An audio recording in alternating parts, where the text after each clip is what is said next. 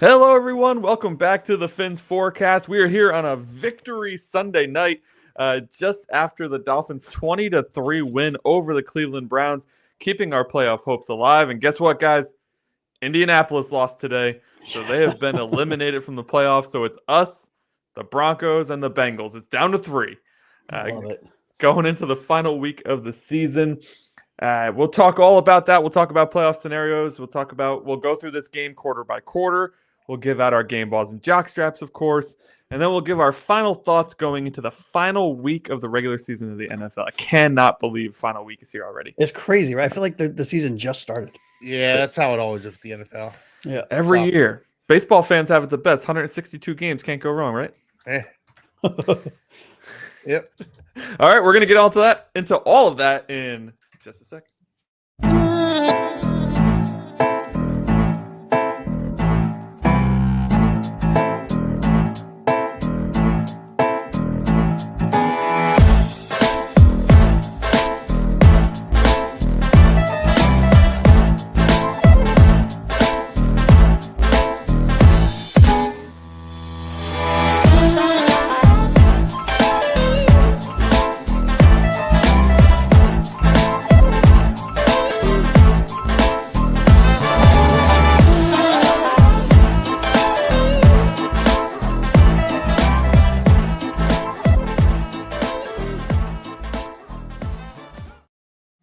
All right, Dolphins fans, welcome back to the show. This is the Fins Forecast. I am your host this evening, Anthony Pinzone. Alongside me, I got Philly Fins fan, a.k.a. Keith. And then right below me, I got Aqua Ace, a.k.a. Josh, joining me on the show this evening. Boys, how we doing today? Josh, start with you. Yeah, doing great, man. It was a snooze fest of a game, but, a win's a win, a dub's a dub. It's exactly what you want when you realize 20 minutes before the game that Tua was not going to be playing. Huntley shut out, man. And it might have been a snooze fest, but, like I said, a win's a win, 20-3. Can't ask for much more. Yeah. Keith, what do you think? Yeah, I'm with Josh. You lose Tua. What felt like, they said he was doubtful last night, and it's like I was still in denial. I'm like, he's gonna play. It'll be fine. And then about 20 minutes before the game, it's like, he's not gonna play. So I know nobody was expecting an exciting game. Nobody was expecting fireworks on the offensive side of the football. And we didn't get one, but what we wanted was just a victory. Just hold on, get the victory, and that's what the Dolphins did. Hold on for dear life. Yeah. I gotta say, there was quite a few of those games this weekend where, like, if you wanted to bring the family to a football game for the cheap, you could have probably got, Raiders and the Saints. You could have probably went to the Titans and the Jaguars, the Dolphins and the Browns. Like, there was lots of options this weekend. Yes, there sure was. Yeah. Not the week 17 I imagine the NFL was envisioning when they set the schedule earlier this year.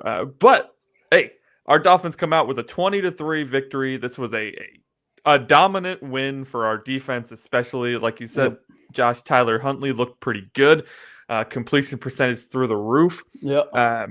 Still some questionable play calling by Mike McDaniel, which I would have loved to see cleaned up for this one. But ultimately, it didn't really affect us that much, especially in the second half where the team kind of came alive. Right. Yeah. So I'm going to jump through and just look for the big plays or look for the impactful plays of each quarter, of each drive, really. And the first drive of the game, we went 10 plays, 36 yards. We ate up 4 minutes of clock, but resulted in us punting, which is really a bummer when you have a 10-play drive. First of all, it only went 36 yards. That's 3.6 yards per play. That's insane. How did we even make it go 10 plays at that point, right? But the penalty bug hit us early and often in this one. Josh will certainly throw out some statistics later on just how bad it was. But in this first drive alone, we had 3 penalties. Not a way you want to start off the game. Really, our biggest play was a 15-yard pass to Tyreek Hill, but then we got an unnecessary roughness on it from Isaiah Wynn, who, by the way, is a part-time player. Not a great way to get yourself into the full-time player role. So not great. And then, we have a Huntley fumble, which he ends up recovering, just fumbled the snap.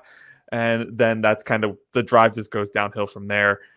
We get a 13-yard pass later, but it was 3rd and 18. So 13 yards doesn't get it done. We end up punting it away. The Browns go four and out. I guess that's a 3 and out. They a 3 and out. So defense does their job. We get the ball back. We go 8 plays, 36 yards. And guys, I don't know how we're getting so many plays with so few yards, but we go 8 plays, 36 yards this time. And we ended it with a field goal, 54-yarder for Jason Sanders. How good has this guy been, Keith? Oh, unbelievable. Jason Sanders he's been, and Josh pointed it out when we were in the chat today. Jason Sanders has been great for us all year. And he's back, baby. Yeah. Yeah. I was questioning it after, I was questioning it after last season, the season before. He's had some rough times, but you know what? He's been pretty darn near automatic this season. I love it. Yeah, it's something like is he 25 games in a row with a made field goal or something like that? Yeah. Perfect. So exactly what you need. Having a dynamite year this year. 54 yards, nothing to sneeze at, although the NFL has been hitting 50-plus yarders this year at an incredible pace. But, we saw Jason Sanders kind of have a rough year. I don't know. I don't remember if it was last year or the year before. Was it last year? Oh, yeah. So to see him bounce back is huge. That's the end of the first quarter already, guys. There was only 3 possessions. We chewed up a lot of clock in our 2 possessions there. And then the Browns took the ball over, and their next drive is 7 minutes, but it didn't end till the second quarter. So they ate up the rest of the first quarter on their next drive. So kind of the end of the first quarter in terms of us, in terms of the Dolphins, was the Jason Sanders field goal. So Josh, how were you feeling after this first quarter? Ups and downs. 3-0 after the first, right? Going into the second, you saw a Cleveland team that was putting some stuff together. But I think the first series was atrocious for Miami, right? I mean, I think we lost the coin flip, so we got the ball first, and it was a couple good things, and then penalty after, I think 3 penalties on the first drive, if I'm not mistaken, that just put us. I mean, it was like 1 step forward, 2 steps back, 1 step forward, 3 steps back. And it was just really frustrating. But what I did love to see early and often in the first quarter was Huntley really seeming to take what the defense gave him, right? There was a lot of questionable calls by Mike McDaniel, but seeing him use his legs, he threw on the run. I mean, it was not a designed, kind of scramble and throw. It was more improvised, which you could tell. Basically, long and short of it is, I could tell very early that Huntley is a lot more familiar with this offense than when he was, what was it, like 7 weeks ago when he was signed, and then 4 days later. Yeah. Exactly. Yeah. So, I'm not saying by any stretch that he is a starting quarterback in this league. I'm not even saying that he should or will be our backup next year. But I thought, without going into the stats, because Keith, I don't want to spoiler alert, I don't want to steal some context for the later on in the show, but yes, he had a really good game, but a very good start to the first quarter, which I thought set the tone for the rest of the game for him.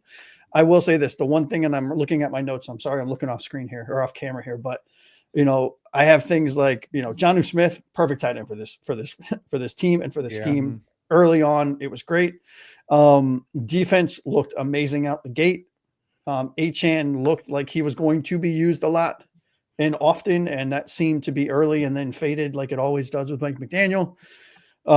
Brooks was a monster, and Storm Duck looked like he was I don't want to do this. I'm so sorry, guys. I'm sorry to our viewers for this ahead of time.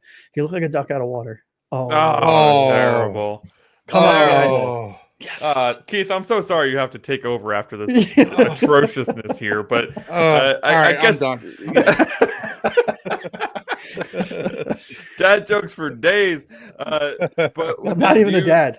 Yeah, do you share the sentiment here of Josh on this first quarter? Dad joke, awkward. Yeah. You know what, Josh? He did look like a duck out of water. He looked like he looked like he was lost out there. Say it for the people in the back.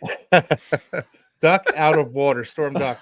Yeah, and coming out of the preseason, I thought Storm Duck was going to be more of a contributor than he has been, especially with all of our secondary injuries. He's contributed. Some things have been decent, most of it hasn't been all that great. Mhm. And that kind of played out in the first quarter of this game. It kind of played out in the entirety of this game. Yeah.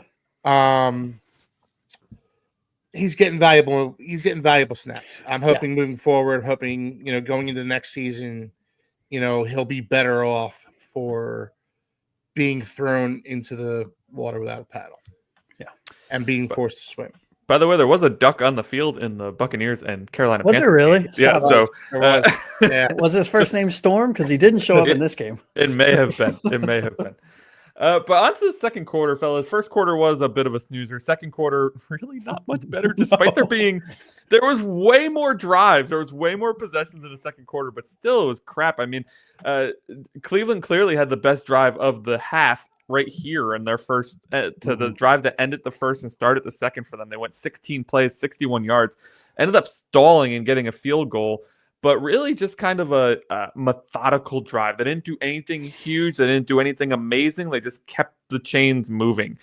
3 yards here, 5 yards there, 4-yard run. They had an 11-yard pass and I believe a 19-yard run by Ford. Those were kind of the big plays of the drive.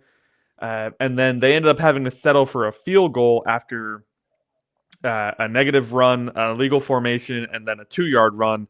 Ends them, right back where they started at that point on the Miami 7. They kick the field goal. They tie the game up.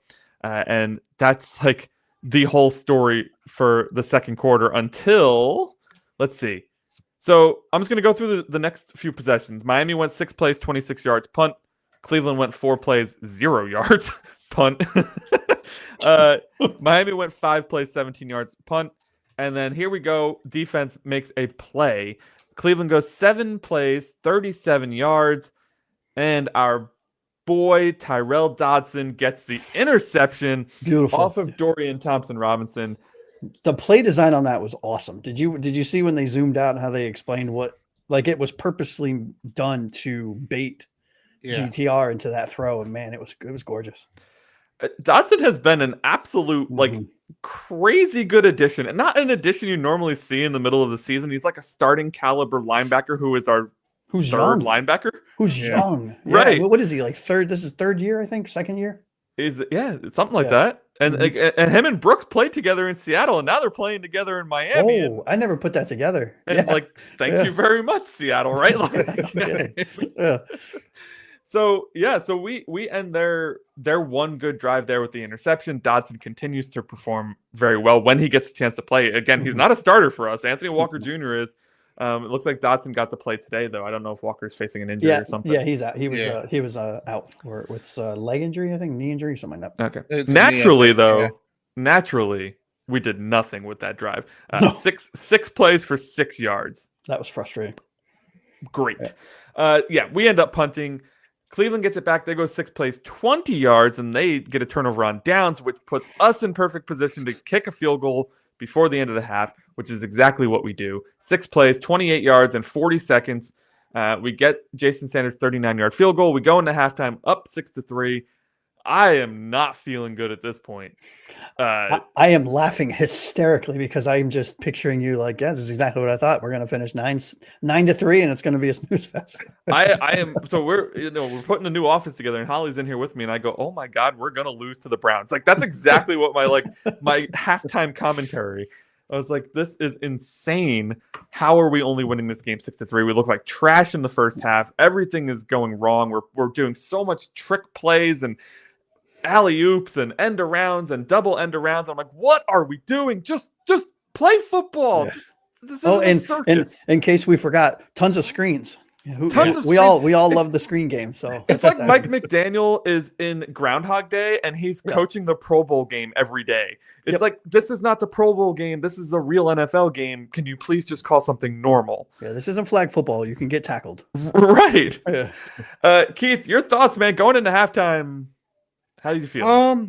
See, I kind of had the opposite reaction to you, Anthony. Like I'm sitting there thinking, this is probably about as good as we could have hoped for. No, like we go into the game, Tua's not going to be there. It's rainy, it's nasty, it's not.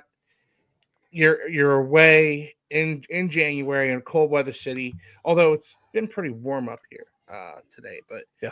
It was 60 degrees for the game, which just plays right into our hand. Hey, Yeah. To our hey, team. it does. if it's cold tomorrow, does that technically count that we won a cold game? Probably not.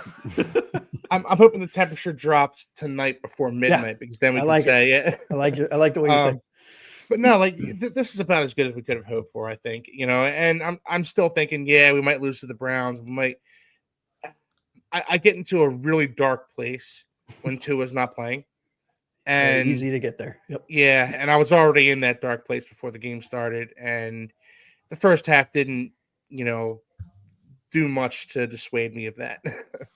My mindset, and I was probably raging in the text chain at this point, was this is why I want McDaniel gone. Like, this is it right here. You said like, that. I think you said those. Yeah, like words. if we don't have Tua, and if the game means anything, which this game certainly meant something, because especially when knowing that the Colts lost in the first block, it's like, and the Broncos already lost, and this is how we come out. This is our performance in the first half, 6-3. Yeah.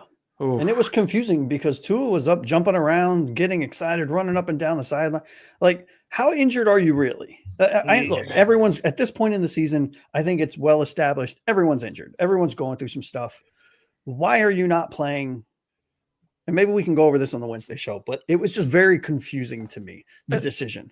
To that point, too, if your hip hurts, right, there is nothing they are going to do to fix your hip before the playoff starts. So if you end up playing next week against the Jets, then could you have played this week against the Browns and you guys just didn't think it was necessary? Like, that's what I think. Honestly, my gut is telling me that they looked at the Browns, and I know they will never admit this, but I feel like they looked at the Browns and were like, okay, cool. Well, we're gonna put Huntley in, and best case scenario, we put 20-25 up. Worst case scenario, we win by a touchdown. Like, with truthfully, I mean, seeing DTR out there, as a coach, I would have thought the same thing. And the scary part is he threw 47 times DTR. Wow. Yeah. Why? For what, 47 yards? Because 170. Yeah. But some big takeaways for the second quarter for me going into the half where and I purposely am saying this to all of those that are listening. Jillian Hill, not Julian, but Jillian Hill is just hot potato garbage. Like, I don't think I've ever been more wrong on a player in my life. In the offseason, you guys can go back and watch the, preseason shows. You guys can hold me accountable, and you should. I was banging the table. Oh, Julian Hill is going to be an amazing asset to this team. He's big, he's tall, he's strong, he's fast. He's none of those things. So I was totally wrong. Huntley had big and tall. That's the only. Well, I guess that's it. Yeah, that's about it. Yeah. I think Huntley had a huge throw that showed his touch and his awareness on that 20-yard bomb to Hill. I think, it hit him right in the numbers. He was locked in today, man. He really was. I have I can't say some of this, but enough with the arm tackles, and there's some choice words in there in my notes. Yes. I think I don't understand it, Anthony. You've called it out just about every game this season. I know, Keith, you and I have talked about it. You said it on the show too. I don't understand. I've never seen a team arm tackle this much. Yeah. And it's starting to get troubling. I mean, curious. It feels purposeful. Right. And I don't understand, because you're, having played football, albeit at the high school level and, stuff like that. So not anything huge, but even back then I was taught you never arm tackle. You wrap up, you form tackle, and that's how you do it. I don't know. I feel like every other tackle, somebody's just throwing their arm out and the guy's spinning off. You can't do that in high school, let alone in the NFL. And the safeties are the worst at it. Yeah. Well, exactly. And the thing is, like, these guys know how to tackle too. Like, you'll see these guys come up with tackles. You see these guys come up with plays, and then the very next play they'll come out and just flail at the guy. Yep. And it's frustrating. So that's the most frustrating part, like, Deion Sanders misses a tackle and it's like, okay, well, yeah, he could never tackle, but, but these guys, all these guys know how to tackle. This is actually a good tackling defense. They just don't show this season. Yeah. Especially when you're the in the box safety and you are the last line of defense and you Yeah. run Jordan up. Poyer. You run up and your attempt at tackle is just swiping your arm like you're trying to knock a glass off a table or something. What the heck are you doing, dude? Yeah. And saw that from both safeties again this game. Mm-hmm. And this is like the fourth game in a row where it was noticeably there. Yeah. Right. And Javon, this is a contract year for Javon Holland. Yep. He ain't Sure ain't playing like playing like boys. We've said it a million times on this show. Like, if this is the product that you're putting on the field in a contract year, when you get the money, Yeah. I have zero. Like, I want Javon Holland gone for that simple fact. I think he'll be better. He'll be better in a different team, I think. Yeah. But it's just whatever comfort level he is here, or maybe he doesn't like Weaver. I don't know. It's an atrocious season for him. And yeah, I think it's really Poyer playing next to him. I mean, because you look at how he did with not Brooks. Who the hell was our safety last year? He's on Denver now. He's having like a killer season. Yeah, Brandon Jones. Brandon Jones. Thank you. Yeah. They complemented each other really well. It allowed Javon to do what Javon does, which is be more of an in-box safety. Even Deshaun Elliott complimented Javon. Yeah, Holland and both of them are having stellar seasons. Yeah, they are. It's going to be interesting to see what they do here. Yeah. Let's get into the third quarter, if you don't mind. Yeah, before you do, big takeaways in the queue. I think these are really big to mention. At the end of the second quarter, Hill had his fifth catch of the game. With those yards that he had, put him over 11,000 for his career. That is a big feat. I think it was worth calling out. I think that's huge. Good for him. First half notes, I have 7 penalties for 65 yards. That's unacceptable. These penalties are getting atrocious. They're going to kill us. 0 for 5 at this point on third downs, and we only had 22 rushing yards. It was not pretty. And we lost Armstead at halftime. Did we? Yeah. And then it was Paul for the rest of the game. 2.7 yards per carry on the day for the team. Not good. Not good. Tyler Huntley was our best rusher. But also understand, right? You have the left side of the line, which is comprised of a bad guard and Brandon Jones, right? Brandon Jones, is that his first name? And Robert Jones. Robert Jones. Thank you. Yeah. And Patrick Paul, who I'm a big fan of, but he's a rookie going, and Mike McDaniel for some reason is calling a lot of plays, putting him on an island with Myles Garrett. Like, what are you doing, dude? That's not fair. They're like, hey, it's Patrick Paul versus Myles Garrett. Let's do a pitch play to that side. It's unbelievable. Nothing could go wrong. And we're going to double team the center. It'll be fine. Double team the nose tackle. Right. It'll be fine. We'll put Julian Hill out there. He'll get the chip block that he'll completely whiff on, and everything will be good. Everything will be good. The announcers even called it out because on the 4th and 1, they did a pitch play, which I don't love that play call, but the tight end misses the block and he gets clobbered in the backfield. And the guy's like, well, if the tight end gets the block, it's the first Smythe. down. Yeah. Durham Smythe on the replay was literally just standing there. He was like, huh? What's going on? All right. Third quarter. Yeah. A little better. Nothing. Spoiler alert. Nothing in this game was exciting. No. We scored 2 touchdowns, and it still wasn't exciting. So just get prepared. They're the most boring touchdowns you could possibly. Yeah. Exactly. So the defense comes out just as hot as they were in the first half. They held the Browns to 4 and out this time. 5 plays, 4 yards. Took up just 51 seconds before they get the ball back. Then we get our first touchdown drive of the day. 7 plays, 57 yards. Took up 3 minutes. Tyler Huntley caps it off with a 13-yard run around the right end for a touchdown. Listen, Huntley was dynamite on this drive. 16-yard pass to River Craycraft. He hit Tyreek Hill on this drive. He hit Malik Washington for 13 yards. This was Huntley's arguably his best drive of the day. Best drive of the season for us. Best drive of the Dolphins, definitely. Yeah, it wasn't even close. And his little back juke before he got the touchdown was something was like Madden-esque. Like I just pictured myself hitting the right joystick down and just having my quarterback jump. It was great, man. It was great. I gotta say, MMD gets credit here because I love the call to just chuck it on the first play of the second half. They chuck it deep. Maybe we'll get a big play. And we do. And guess what? We also get the penalty. So this ends up being a 13-yard completion, although the way Huntley throws, it always looks like he's throwing it 50 yards. And then we get a 15-yard face mask on top of it. So a 28-yard play to start off the drive. I love that.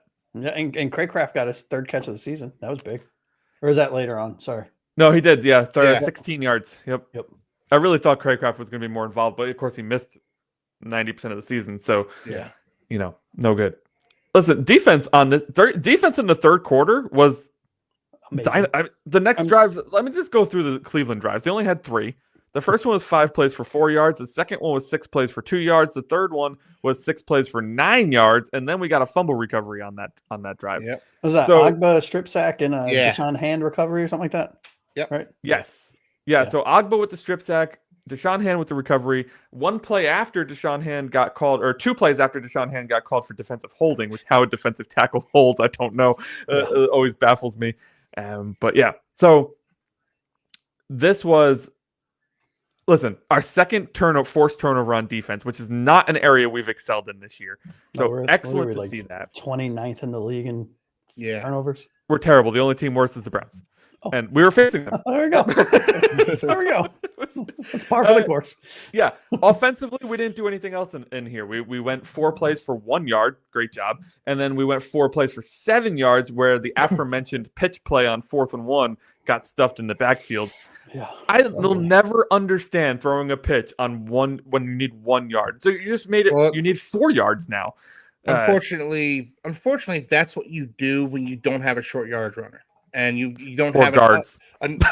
or guards, and the north and south, and the ability to run north and south. Like that. Yeah. This is what you do. You and I know we all in our group chat we all commented on how bad of a call it was for McDaniel, but and maybe he should have just tried to run it north and south and hope one of his guards wins. But let's be honest here, guys. This is not the offensive line. This is not the offense you want to have a 4th and 1 with. No, not right now. It isn't. But I would have much rather seen a punt. Scramble play. Yeah. No. I'm glad they went for it.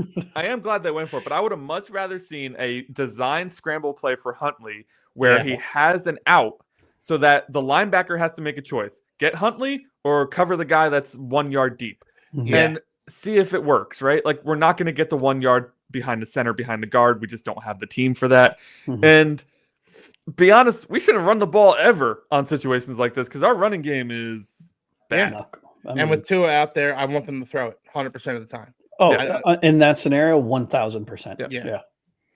And take advantage of Huntley's legs, right? I mean, listen. So you said it. I can't remember who said it. It was one of the two of you in our group chat. Like, where are the design runs for our scrambling quarterback? Because that is what Huntley does best. Now he had a very efficient game passing, which was awesome to see. But when you hear the name Scoop Huntley, what are your first thoughts as a quarterback? Well, he's a pretty good scrambler, right? Yeah. I mean, he's not great, but I mean, he's got some wheels. Backed up Lamar Jackson and played the poor man's Lamar Jackson when he was in Baltimore. And finished the game with 76 yards on the ground and a touchdown, or 52 yards on the ground. Yeah, I'm sorry, 7.5 on average, which is great.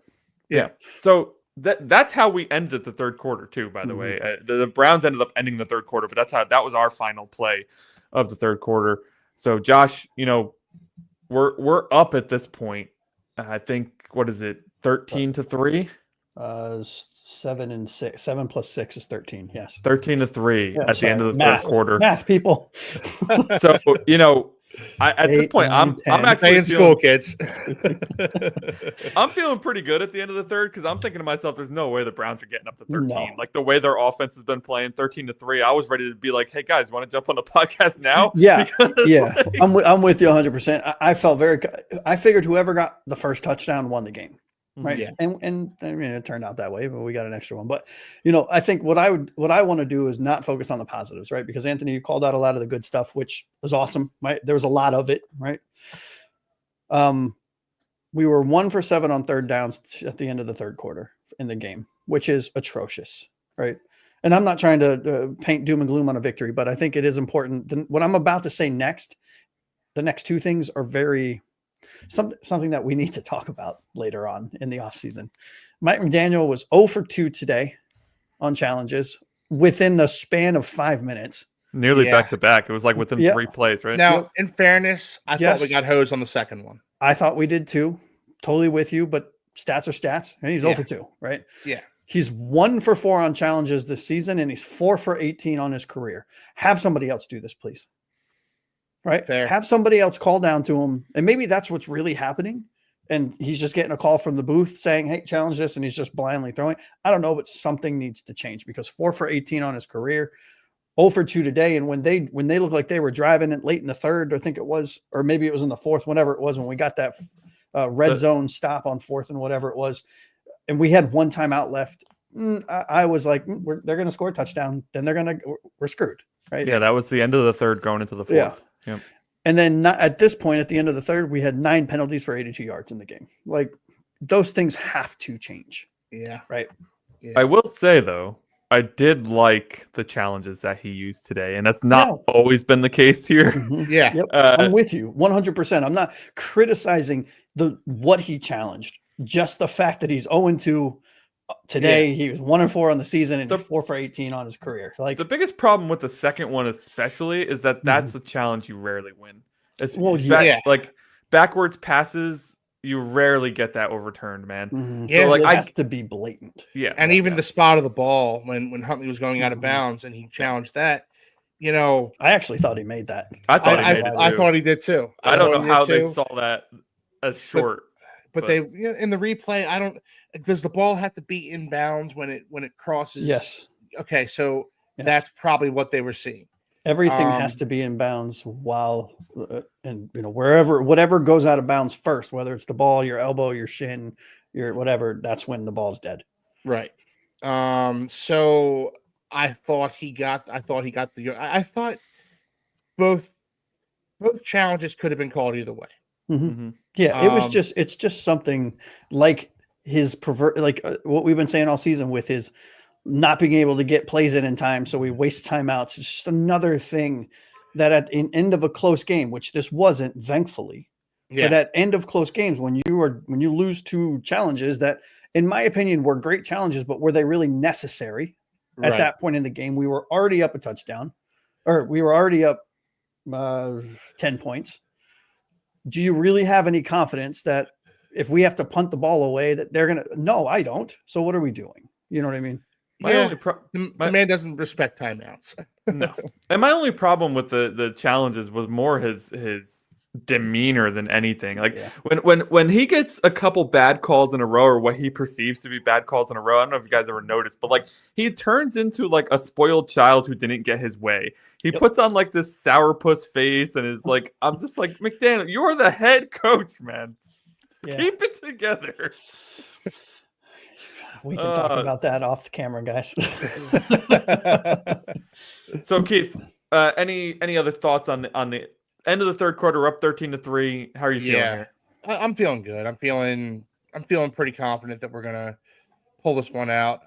Pull out an ugly victory, which is again as good as we could have hoped for. It's a win, right? Like you said. But going into the fourth, I was feeling good. But Josh is right about those timeouts, man. If we'd needed those timeouts, I'd have been we've been having a much harder conversation about Mike McDaniel right now. Well, I don't think it would have been a hard conversation at that point, if I'm being honest with you. We'd be pissed. All right, so on to the fourth quarter. Things are looking up for the Browns, honestly. At the end of the third, they're driving down the field. They're looking pretty good. Our defense, for the first time, looks like it's kind of struggling here as DTR gets an 11-yard pass to Akins. Then he gets, 19 yards to Pierre Strong on a end around, or not an end around, a rush at the left end there. Jerry Jeudy gets 6 yards. Jerry Jeudy gets 9 yards. Jerry Jeudy again for -1, though. Hey, good defense, yeah. And then a couple plays, then it starts to really, right there, they get the unnecessary roughness on Jordan Brooks, which was an atrocious call. At that point, go put flags on your waist, because that's what we're playing here. Yeah. Right. Yeah, and that's a huge call. Commentators said that though too. Yeah. Yep. And that's a huge call, because it's 3rd and 4. And they do a short pass behind the line of scrimmage to Jerry Jeudy. Brooks makes an amazing play to come up and get the tackle for a loss of 1. And that's it. That's 4th down, right? They have to kick a field goal or go for it. But instead, they get the penalty. They get a fresh set of downs on our 17-yard line, no less. And now it's really looking like, we only have a 10-point lead, and they could score a touchdown here. We only have a 10-point lead with 1 timeout. And that's where I started panicking. Yeah. Yeah. Thankfully, defense really hunkers down. Foreman gets 5 yards. DTR throws an incompletion. That was a trend here. And then Foreman gets 1 yard. They go for it, of course, because why would you not? You have 3 wins on the season. And it's an incomplete pass short left to Jerry Jeudy. Jalen Ramsey, beautifully timed breakup in the end zone on this one. I am not, you guys know I criticize Ramsey a lot. This was a good play. And Josh, to your point in the chat, surprised they didn't call a penalty because they were penalty happy, this referee team here. Yep. I don't know how many penalties total they called this game, but it had to be in the 90th percentile. I'll tell you in 20 seconds. Keep going. It was nuts. So, yeah, after that, we get the ball, turnover on downs. So we started on our own 3. 20? There's 20 penalties in this game. 20 total. Yeah, wow. we had 11 for 94. They had 9 for 84. Yeah. So truthfully, this didn't end up benefiting us that much, especially, I mean, it would have benefited us much less if Cleveland actually had an offense because our offense did nothing. 4 plays, 5 yards. We started on our own 3, so we were kind of a little limited on what we could do. And then Bailey biffs the punt, only goes to the 50-yard line, and then we get a penalty, which moves it even further. So now Cleveland's starting on our 45, which is not where you want to be when you only have a 10-point lead. Nope. Yeah. I was sweaty. Yeah. I was very sweaty. At that point, I'm getting a little nervous. At the end of the third, I'm feeling good. At that point, I'm like, oh, my goodness. The Browns are really kind of like setting themselves up here. Well, we're setting them up for success here. But thankfully, defense is like, not really. They stink. 5 plays, 7 yards, and we get the ball right back. Hey, our offense ran a little clock here, though. 9 plays, 32 yards. That's not the key piece. The key piece is 5.5 minutes off the clock. Really nice job there by the offense. Huntley had an 11-yard scramble. Mostert is in at this point. I don't know what happened with Achane today, but it seems he got pulled in the 4th for Mostert. And even Jeff Wilson towards the end of the game was in there as well. Perhaps it's the same as what we're assuming with Tua. This is Cleveland. Let's not get our stars hurt. Let's put Mostert in there.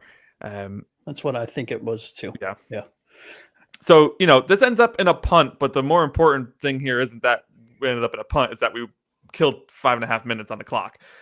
So we give the ball back to Cleveland, and there is just 5:35 on the clock total. So 5.5 minutes left in this game. They're down by 2 scores. Their offense looks atrocious.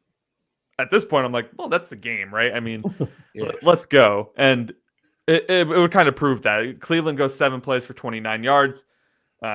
And then turnover on downs. They had a Dorian Thompson-Robinson pass to something Woods. Don't even know this guy's name. Who knows? Is it Robert?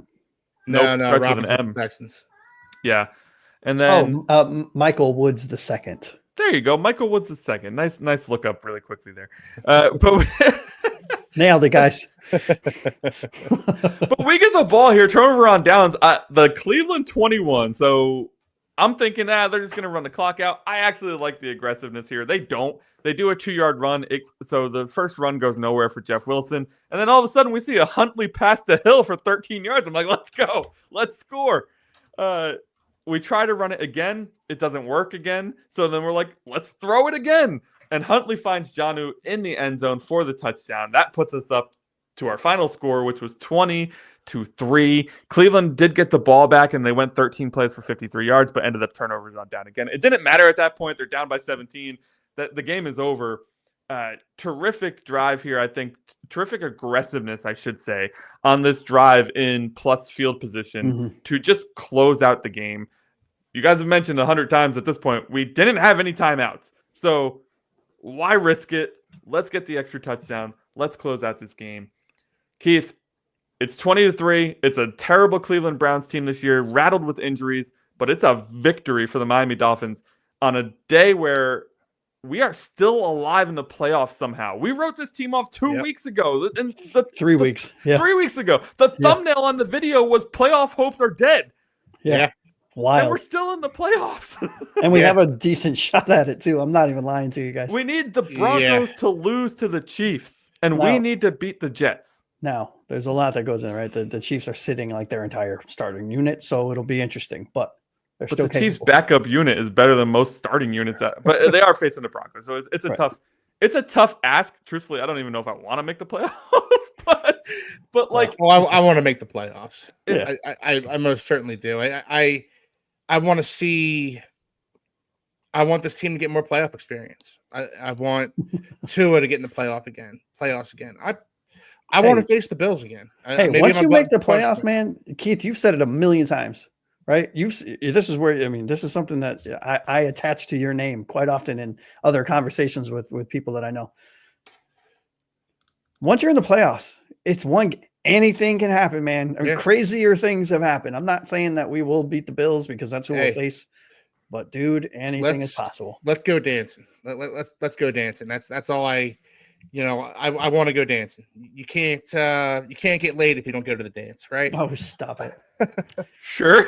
What kind of high school did you go to? No. Yeah. You went to a great high school, apparently. Yeah. I went to an all boys boarding military school. So no, I'm good on that, guys. Yeah, to some people that was a great dance.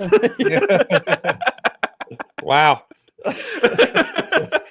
That's funny. What kind of show are we doing tonight, fellas? No, I want to make the playoff, Mhm. and I want to see what this team can do. I want to see how they handle the Bills for the third time. I don't think it's going to go well, and truthfully, I think the Broncos are going to beat the Chiefs next week, but we're still alive, and that's awesome because we get to keep our dreams alive for another week. Right? I gotta say, truthfully, the playoffs don't matter to me that much as having a winning record at the end of the season. At the end of a season that had such like crazy things happen to us. We lost our starting quarterback for 4 weeks. You know, like we lost half our offensive line for like 3, and then we lose Tyreek, and then we lose Waddle, and then like it's been an exhausting year to be a fan. To end somehow with a winning record, I feel like to me is okay. If we make the playoffs, I'll still be cheering for them, but we're gonna get crushed, right? Hey, that's just icing on the cake at that point, right? Right. Like I'm looking at the winning record. I'm looking at we finished 9-8. Okay, there's something to build on for next year. Half this roster is getting turned over anyways because we have a lot of 1-year contracts that are probably out the door. So, Josh, how are you feeling, man?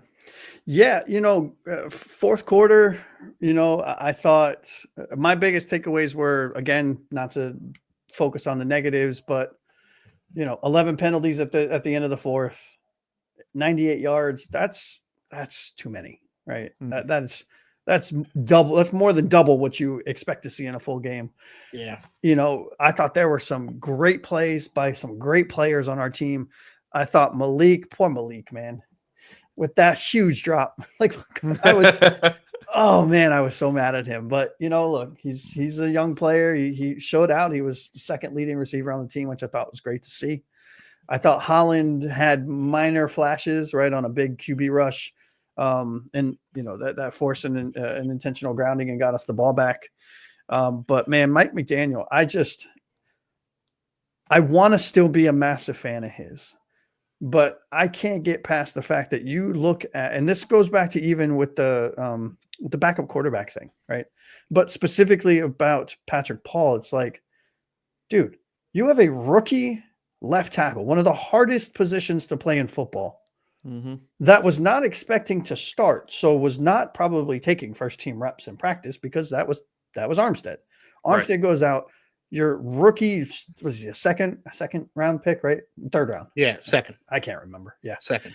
Second round pick has to go in and start against, in my opinion, a generational defensive end in Myles Garrett. I mean, that's how good. I think if his sacks counted, I know that he was one short. That he will be the first player in NFL history to have, I think it's 4 or 5 seasons in a row with 14 plus sacks. I mean, insane. Like he is so good. And to purposely call plays over and over and over again, putting Patrick Paul in one-on-one position was just not doing his teams any justice or any service. I think Mike McDaniel did in fact call a relatively good game, all things considered, but there were just a lot of questionable things that, to me, and I don't mean to sound so negative about a victory, but really put such a negative shine or tarnish, if you will, I guess is a better way of saying it, on a victory, right? Yeah, his overconfidence is his biggest problem. Yeah. He's just so confident way in to these put it. guys. And it's like you have to be able to see the forest for the trees, dude. You have to be able to see Patrick Paul for what he is, a rookie who is, yes, playing very well, Oh, but yeah. he's playing against Myles Garrett, who is a generational talent. Mhm. Like, and he did this with Skylar Thompson, and then of course he realizes he's wrong, and then they end up getting rid of Skylar at some point, and then they do it with Tim Boyle, and then they do it with Tyler Huntley, and then like quarterbacks, I don't really trust his quarterback. What do you call it? He's not a quarterback guru, let's say, for sure. Like, I don't want him making the call on who the quarterback is anymore. Like, I get it. You wanted him to come in, you wanted him to groom to it, and he did exactly that. But he has done a terrible job with the backup. Yeah, and Keith, I'd be curious to hear what you think about this thought, but I feel like Mike McDaniel isn't necessarily stubborn on the players. I think he's stubborn with his scheme. He thinks his scheme is the best thing since sliced bread, and anyone can play it, and everyone's a square peg, and there is no round. There are no round holes, right? Yeah. And it's like, dude, like, come on, brother. Like, if I see it, you should be able to see it. No, I certainly see where you're coming from there. You know, he thinks his scheme's so good that anybody can succeed in it. But I also think he's the kind of coach that says to a player, "You got this." Gives him a smack on the behind and says, "Get out there and make me proud." You know, and that's what he did with Patrick Paul. You know, he says to Patrick Paul, "Well, you know, we're going to be leaving you out on an island with the best pass rusher in the NFL a little bit, and I expect you to come out on top. You got this because you're Patrick Paul." Yeah. And Patrick Paul's like, F off, Myles dude. Garrett, man. But no, I think part of it is, you know, his ego. I think part of it is also him trying to show these dudes that he has faith in them, and I can't knock him for that. Absolutely. Patrick Paul will be a better left tackle for having gotten, you know, run around by Myles Garrett this afternoon. So to his credit, you know, to McDaniel's credit. Y'all ready for the greatest segment in sports media history? But I was born ready. Let's go. Now it's time for the greatest segment in all of sports media. Game Balls and Jock Straps. Hey, as our very deep and slow-speaking friend has said, this is Game Balls and Jock Straps, where we give out game balls to our top performers for the week, and we give out jock straps to the guys who probably shouldn't even have been on the field. So we're going to start with our game balls this week. We're going to go over to Keith because I love hearing his lovely voice. So, Keith, who is your game ball for this week? Oh, thank you, Anthony, about the lovely voice comment. I will thank you. No, I went with Tyler Huntley as my game ball. You know, he was kind of thrown into the fire here. He didn't play well his first few starts with the Dolphins, and came in, and I'll be honest, I wasn't confident about him going in. I had no confidence that the Dolphins were going to be able to move the ball with any kind of consistency. They didn't really move it with any kind of consistency, but they moved it enough, and that's a credit to Tyler Huntley. He was 22 of 26 for 225 yards and a touchdown, and he had 7 carries for 52 yards and a touchdown. That's about as efficient as you're going to see. What a game, dude. Seriously. Yeah, that's about as efficient as you're going to see from a quarterback. And that's all the Dolphins needed in this one. They needed efficiency. They needed a guy who's going to go out there and not suck and not lose. What is that? 275 yards and 2 touchdowns is better than Tua did in his last outing. Exactly. Exactly. So, all right, so we got our new starter, guys. That's what I'm hearing. No. That's Anthony, you heard it from Anthony first, ladies and gentlemen. That settles it. Yeah, you know he had a really nice game, and it was against the lowly Browns. I understand, but you know what? It still counts, and I'm happy for him. I'm happy to see him play the way he played.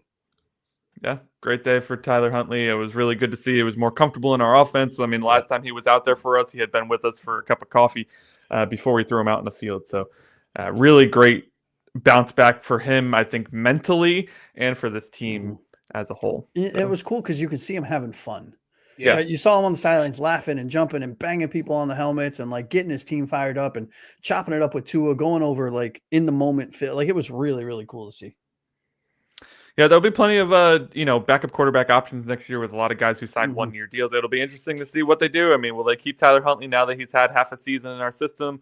Will they move on? We shake our heads no because we don't really want to see Huntley, but yeah, boys, we might be seeing Huntley again next year. Yeah, I'd like to see like Sam Darnold, maybe. No, I'm kidding. Sammy's getting paid. How about Patrick Mahomes as our backup? Like There Josh you go. Allen, maybe. Like let's make a trade, fellas. I There we don't see go. why we can't trade for Patrick Mahomes. I mean, the Chiefs should be more than willing to do that. We'll give him Yeah. Tyler Huntley. I mean, the Yeah. dude had a great game today. Look at him; he was great. Josh, who was your game ball? Yeah, so my game ball went to someone who didn't have a statistically big game, but broke yet another franchise record. My game ball went to Jonnu Smith.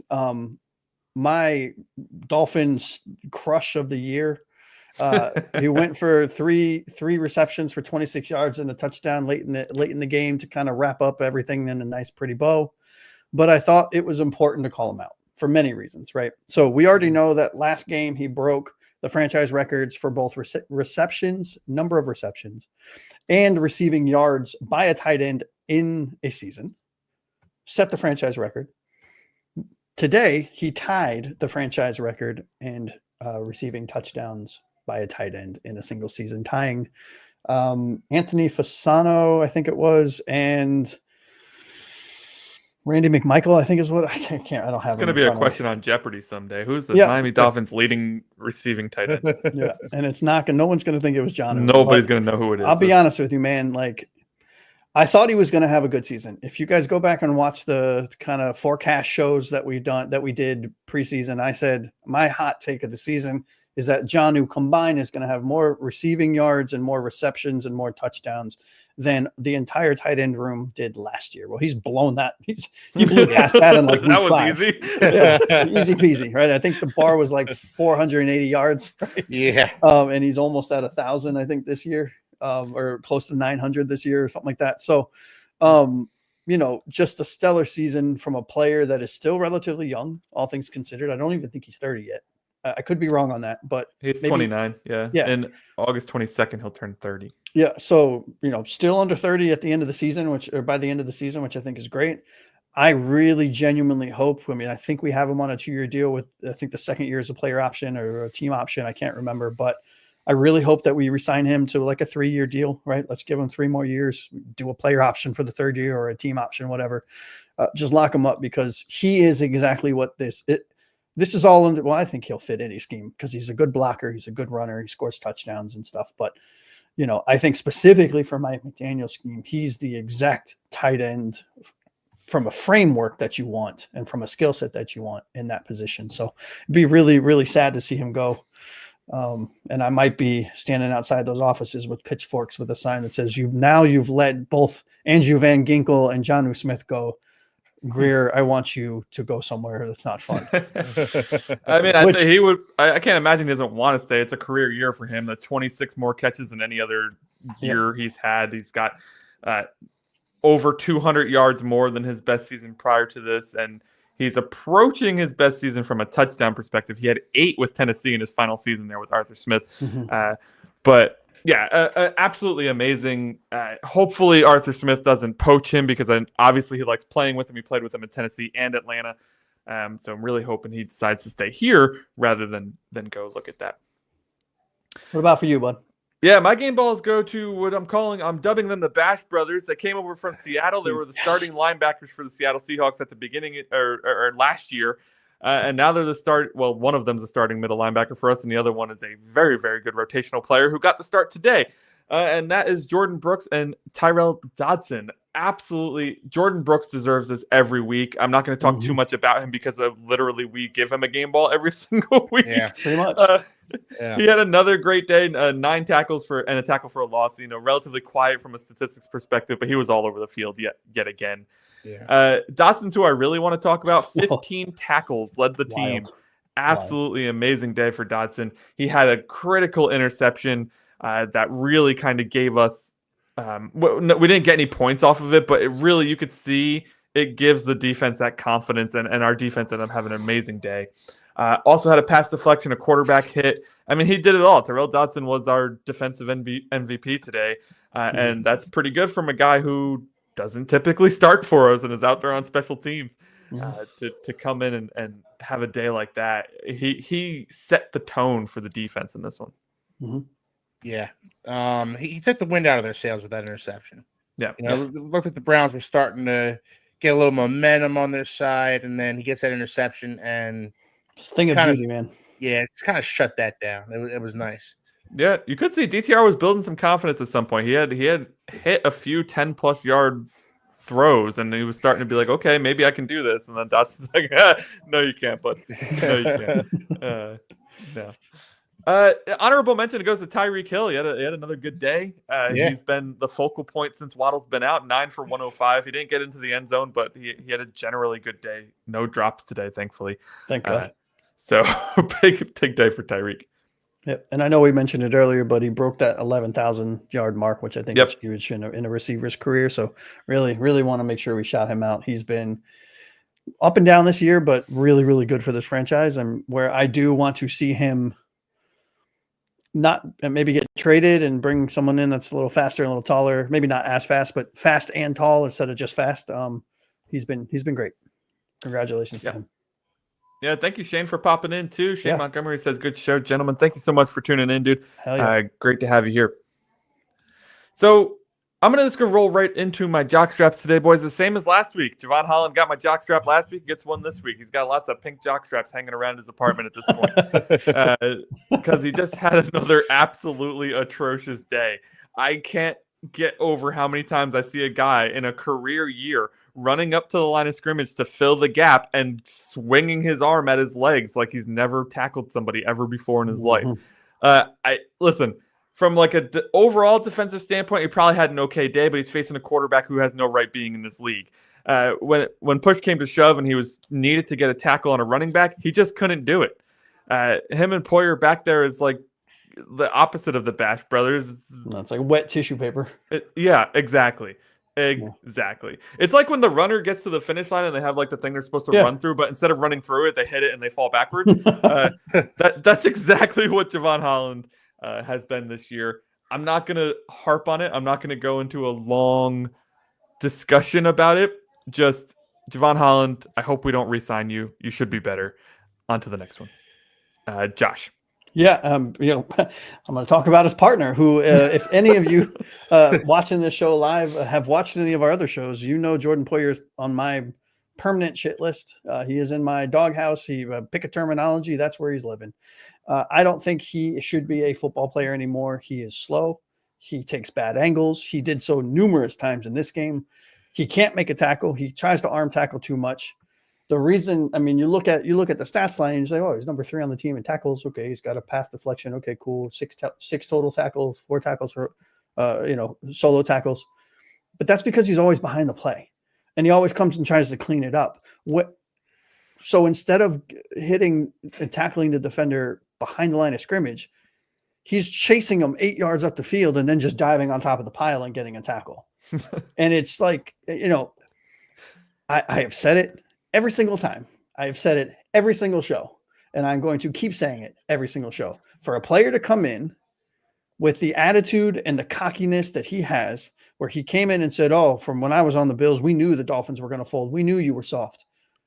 To then put the product on the field that you are putting on the field is embarrassing. It's insulting. And I just I'm done. Bye. I want a brand new safety room. Yes. Through and through. Thankfully, they're all free agents next year, so it'll be really easy to get a new safety room. Yeah, and I'd be totally for re-signing Holland, because I really do think Holland plays better when he has a better safety next to him that complements his skill set, as opposed to having a mirror of him and Jordan Poyer. But if Holland's going to ask for the money that Holland seems to be asking for, see you later, buddy. We'll figure you out. We'll maybe draft the Georgia guy. I'm blanking on his name, but Malachi Starks. Yeah, he's one of my man crushes in the draft. Yeah, mine too. And it's crazy. We all loved Javon Holland coming out. We thought, yes, Minkah Fitzpatrick who, right? Because he played so good in his rookie season. He played really good in his second year. He's only 24 years old, so if he's not looking to break the bank, I'm okay with bringing him back and seeing if he fits better with a better partner. But man, Not looking good this year. It's rough, man. Keith, who do you got in the doghouse today? Yeah, so I'm going to preface what I'm going to say about this guy by saying he's had a nice season. He's probably been our best guy on that unit. Certainly most consistent. Certainly, look, I'm going to call out Aaron Brewer here. Aaron Brewer did not have a good football game. He had another hold. I think it's 4 holds in his last 5 games or something like that. He needs to play better, especially because this offensive line is kind of crumbling around him. Liam Eichenberg has regressed since losing Austin Jackson next to him. Robert Jones has never been good. Teron Armstead can't stay healthy, and you've got Patrick Paul over there trying to hold things down. On Myles Garrett. What could go wrong? On Myles Garrett. Nothing. So you need to be the rock, and you need to be the rock of this offensive line.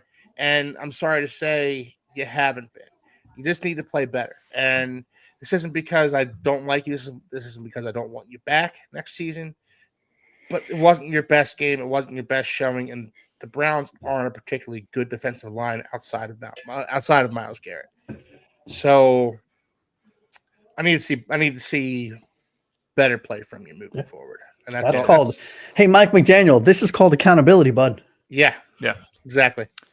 Which you nailed it on the head though. He's been so good this year, and he's had some brain fart moments, but it's the best center we've had since Pouncey retired. Yeah, 100%. By far.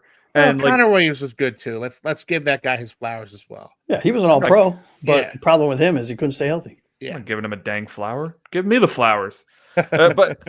But I think if we're looking forward, which is the point of the season we did. I mean, we have a unit that starts with Patrick Paul and Austin Jackson taking down the sides, and we got Aaron Brewer in the middle. I mean, if we can add at least one good guard this offseason, our offensive line looks infinitely better next year. Well, excuse me, guys, but you seem to be more worried about the offensive line than we are. So. I mean, yeah. Okay, so honorable mention here is Mike McDaniel. That's pretty much every week at this point because his play calling is questionable at best, and his decision making when it comes to put it in certain guys in certain positions is just mind-boggling. And it's just I hate the smartest man in the room approach that he takes, like as if he's just outsmarting everybody. It's like, dude, everybody in the NFL has dedicated their life to the NFL, so they know just as much as you do, maybe more. So let's stop pretending like Kevin Stefanski on the other side is not as good a coach as you, because arguably he's better.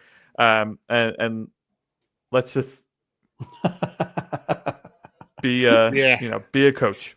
I hope he is. I hope he is, Shane. Yeah, I don't think he is because he doubled down on it. It was like the second year in a row he said it. Yeah, that's the problem. That's why I want him gone. Yeah, there is like a hubris in this leadership team that is undeniably questionable because you haven't won anything. How are you so confident in yourself when you haven't won anything? It's been 20 plus years since you've won anything. It's wild to me. I don't get it. All right, guys, we are well over an hour here, and it's supposed to be a 45-minute show. No big deal, right? What are our final thoughts on this game? 20-3 victory over the Cleveland Browns. Keith, I'll jump right back to you. Solid victory, not totally unsurprising. Look, we're on to the Jets, and they just got blown out by the Bills today. Absolutely just boat decimated. They kept it close for a little bit, and then the next time I looked at the TV, it was 40-0. I was like, holy crap. Aaron Rodgers broke the record for most sacked quarterback. Did he really? In NFL history, yeah. Well, good for him. Most sacked quarterback in NFL history. So let's add on to those numbers next week, boys. Yeah. How about that? I also read that he broke the NFL record for most teams turned into dumpster fires. Yeah. Yes, he did. He's a king at that. But we're playing the Jets next week. Should be another winnable game. And then we'll see what happens with the Chiefs and Broncos. It's going to be a fun week coming up. So we'll see you guys on Wednesday. Absolutely. Yeah. Josh, what do you think? I mean, Keith, nail, meat, head, right? Hammer, meat, nail, whatever. Nail, meat, hammer. I don't know, whatever. But they were who we thought they were, right? Yeah. They're the Browns. I mean, sorry, Browns fans, for those of you that are watching this now or later, you guys are not a good football team right now. Hopefully you guys get better for your sake. We know what that's like, but this was not a pretty win, but this was a relatively comfortable win. And I think next week is not going to be as easy as everyone might think it is. The Jets are a division team.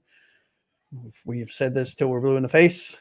No matter how bad one team is and how good the other one is, unless you're the Dolphins versus the Bills, we play They'll everyone always else. Yeah, we play everyone else tight. So we almost lost to them, and we should have lost to them, in my opinion, the last time we played them. So with the game on the line, hopefully Tua's back. Hopefully Teron Armstead's good to go, and we boat race them again. And then we're, unfortunately, with the mistakes that were made in, earlier on in the season with some of the coaching calls and some of the players getting injured and some of the questionable personnel decisions, we don't hold our own fate anymore. So it's going to be fun. Regardless of what happens, we will be here to analyze everything. We will be here to talk to you both, talk everyone that's watching off the ledge, or join you in a parachute jump. That's fun. But we'll see what happens, and we'll talk to you guys on Wednesday. Yeah, man, if Tyler Huntley's out there, I don't feel very confident about it. But listen, I think that next week we have an opportunity to finish the season with a winning record, and that's huge. We have to come out. We haven't had that signature win. I mentioned how many weeks ago now, Keith, I wanted to see a signature win. We haven't seen the signature win. We just got it. Screw the signature win. Get me a winning record, and let's see if we can keep the momentum going into next season, end the season with 3 straight wins, go into the cold twice in 2 weeks and get a victory, and let's just finish strong. I think that's what I want to see out of this team for next week. Don't forget, guys, we have a show every week after the game, which we're getting better at. We're navigating that. So we'll be on after the Jets game next Sunday, but we'll also be on Wednesday. Every Wednesday night, we preview the coming game. So we will preview the Jets game on Wednesday night, right here on YouTube. So if you hit that subscribe button, it'll let you know when we are going live. So for Keith, aka Philly Fins fan, Josh, Aqua Ace below me, and myself, Anthony Pinzone, this has been another episode of the Fins Forecast, and we will see you Wednesday evening. Fins up, everybody.